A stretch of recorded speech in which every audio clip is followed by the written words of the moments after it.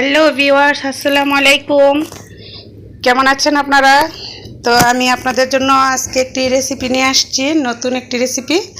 আর সেটা করতে আমি কিছু মাংস নিয়েছি, অল্প আধা কেজির মতো। তো এগুলোকে আমি স্লাইস করে কেটে নিয়েছি। এভাবে দেখুন, মাংসটা এই যে এইভাবে স্লাইস করে কেটে নিয়েছি। আর এই যে হাড্ডি ছাড়া এটা রান্নাটা ছিল, তো হাড্ডি একটা ছিল, তো আমি এটাও নিয়ে নিয়েছি।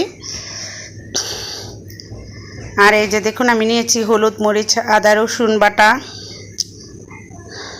তারপরে নিলাম এই যে টুকরো করে পেঁয়াজ কেটে যেরকম করে টুকরোটা করেছি।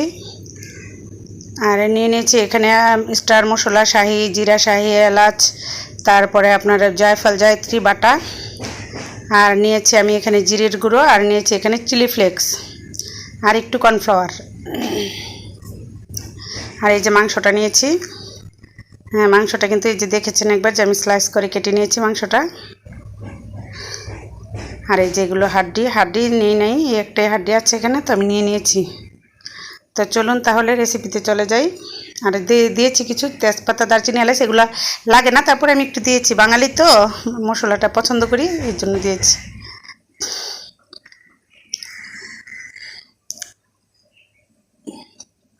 তো আমি এখন তেলের মধ্যে দেখুন তেজপাতাগুলো ছিঁড়ে দিয়ে দিয়েছি, এলাচ, দারচিনি এগুলো সবই দিয়ে দিয়েছি, আর সাথে পেঁয়াজগুলো দিয়ে দিলাম। পেঁয়াজগুলো কিন্তু আমি এখানে অতটা ভাজা ভাজা করব না, জাস্ট একটু গন্ধটা আমি ছাড়িয়ে নিব, এতটুকুই। আর একটু লবণ দিয়ে দিলাম।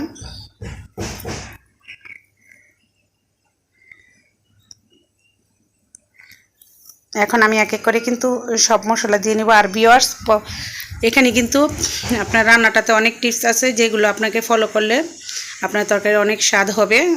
এই জন্য আপনাকে রান্নাটা পুরাটাই ফলো করতে হবে, টেনে দেখবেন না প্লিজ। আর এই যে আমি এখানে আদা রসুন বাটাগুলো দিয়ে দিয়েছি। আর এখন দিয়ে দিব যে হলুদের গুঁড়ো, মরিচের গুঁড়ো ছিল, ওগুলো আমি এখন ঢেলে দিয়ে দিব। যতটুকু ছিল ওটা লাগবে পুরোটাই। আপনি ইচ্ছে করলে এই তরকারিটাতে হলুদের গুঁড়ো স্কিপ করতে পারেন, আমি হলুদের গুঁড়ো দিয়েছি। আপনি ইচ্ছে করলে স্কিপ করে রান্না করতে পারেন, সুন্দর একটা কালার চলে আসবে তখন। এখন তো তরকারি একটা কালার এসেছে। আর এটা যেহেতু বিফ স্লাইস কারি, তো আপনি এটাকে হলুদ স্কিপ করতে পারেন। তো একটু সামান্য পানি দিয়ে দিলাম। পানি দিয়ে এখন আমি যে মশলাগুলো বেটে রেখেছিলাম, বাটা মশলাগুলো, ওগুলো দিয়ে দিব। তারপর একটু জিরের গুঁড়ো দিয়ে দিব। তো আমি দিয়ে দিলাম জিরের গুঁড়োটা, আর চিলি ফ্লেক্সটা পরে দিব। তো কখন দিব এটা আপনি পুরোটা দেখলে বুঝতে পারবেন।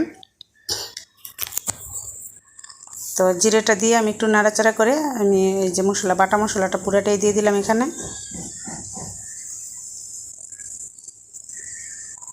তো আমার এটা বলক আসলেই কিন্তু আমি মাংসটা দিয়ে দিব, আমি অতটা কিন্তু কষাবো না।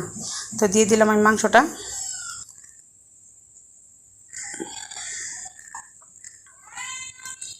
ভিউয়ার্স, আমার ভিডিওটি ভালো লাগলে প্লিজ লাইক, কমেন্ট, শেয়ার করবেন। আর আমার চ্যানেলে নিত্য নতুন ভিডিও পেতে আমার চ্যানেলটিকে সাবস্ক্রাইব করে পাশে থাকা বেল আইকনটি ক্লিক করে দিবেন, তাহলে আমার যত নোটিফিকেশন আছে আপনাদের কাছে পৌঁছে যাবে।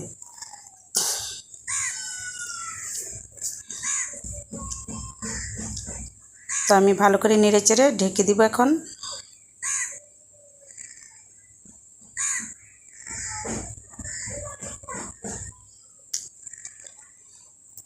ভালো করে একটা যখন বলকটা চলে আসবে তখন আমি চুলাটা কমাবো। এখন কিন্তু আমার চুলাটা পুরো হাই হিটে আছে, আমি কিন্তু চুলাটা কমিয়ে দিইনি। তো আমি একটু বারবার নাড়াচাড়া করে দিচ্ছি।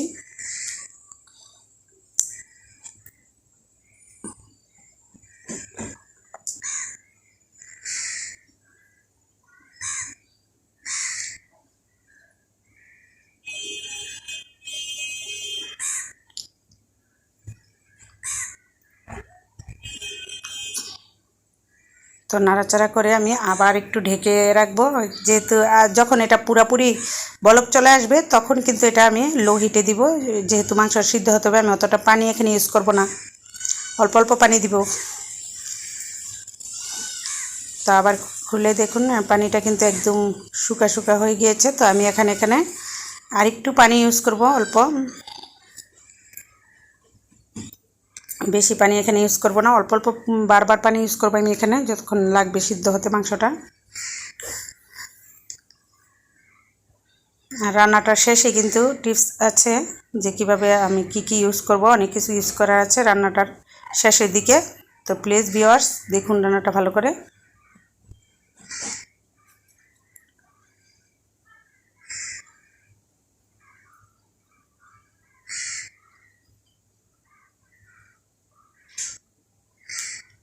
তো আমি একটু পানি দিয়ে দিয়েছিলাম, তো এখন আবার ঢেকে দিচ্ছি।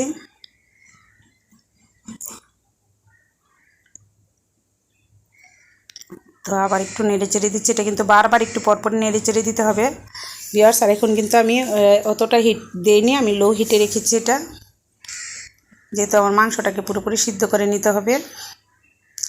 আর মাংসটাও সিদ্ধ হতে সময় লাগবে না, যেহেতু এটা স্লাইস করে কাটা।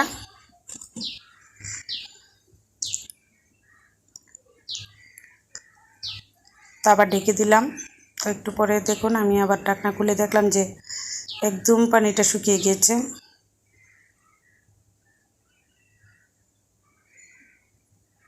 তো আমি অল্প আর একটু পানি দিয়ে দিলাম।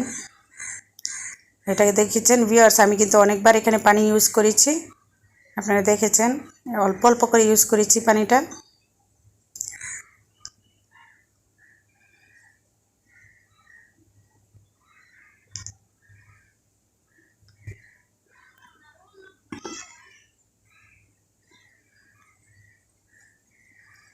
তো এখন আমি এটাতে কিছু কাঁচামরিচ কুচি কুচি করে দিয়ে দিয়েছি।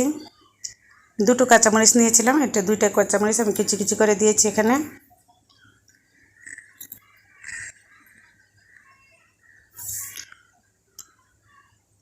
আর এখন আমি দিয়ে দিব একটু সয়া সস দিব এখানে আমি।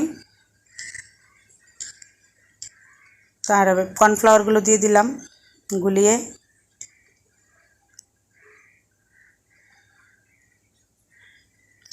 খেতে কিন্তু খুব টেস্ট ভিউয়ার্স, বাসায় বানিয়ে খেয়ে দেখবেন, খুব টেস্ট। এই যে সয়া সসটা আমি দিয়ে দিয়েছি ভিউয়ার্স, দেখেছেন সয়া সসটা দেওয়ার কারণে কিন্তু তরকারিটাতে একটা সুন্দর কালার আসবে। আমি ডার্ক সয়া সসটা ইউজ করেছি এখানে, আপনারা লাইট অথবা আপনারা নিজেদের বানানো তৈরিটাও দিতে পারেন।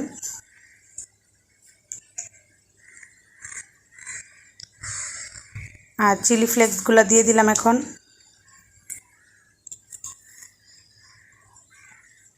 চিলি ফ্লেক্সটা দিয়ে আমি ভালো করে নেড়ে চেড়ে নিচ্ছি। আর আমি এখানে একটু মধু ইউজ করব, আপনারা এখানে ইচ্ছে করলে চিনির শিরা করেও দিয়ে দিতে পারেন।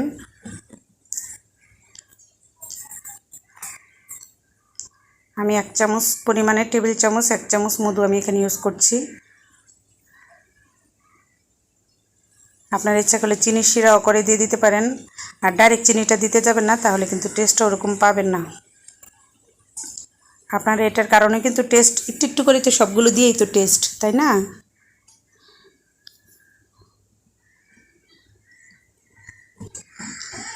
তো রান্নাটা আমার প্রায় হয়ে এসেছে, আমি একটু ঢেকে দিব। সবগুলো ইনগ্রিডিয়েন্টস দেওয়া আমার শেষ, তো এখন আমি ঢেকে দিচ্ছি একটু।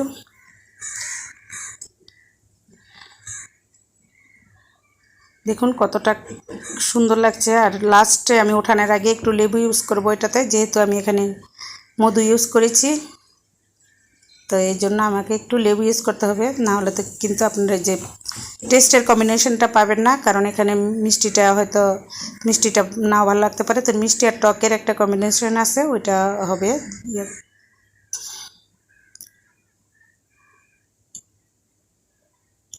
তো আমি বেড়ে দেখাচ্ছি ভিউয়ার্স, এই যে আমি একটু সার্ভ করলাম অল্প। তো এই যে ভিউয়ার্স দেখুন কতটা লোভনীয়, কতটা সুন্দর হয়েছে, দেখুন কতটা সুন্দর লাগছে ভিউয়ার্স। তো বাসায় বানিয়ে খাবেন ভিউয়ার্স। আর আমার এই ভিডিওটি দেখার জন্য ধৈর্য ধরে আপনাদের অসংখ্য ধন্যবাদ। ভালো থাকবেন, সুস্থ থাকবেন। আল্লাহ হাফেজ, আসসালামু আলাইকুম।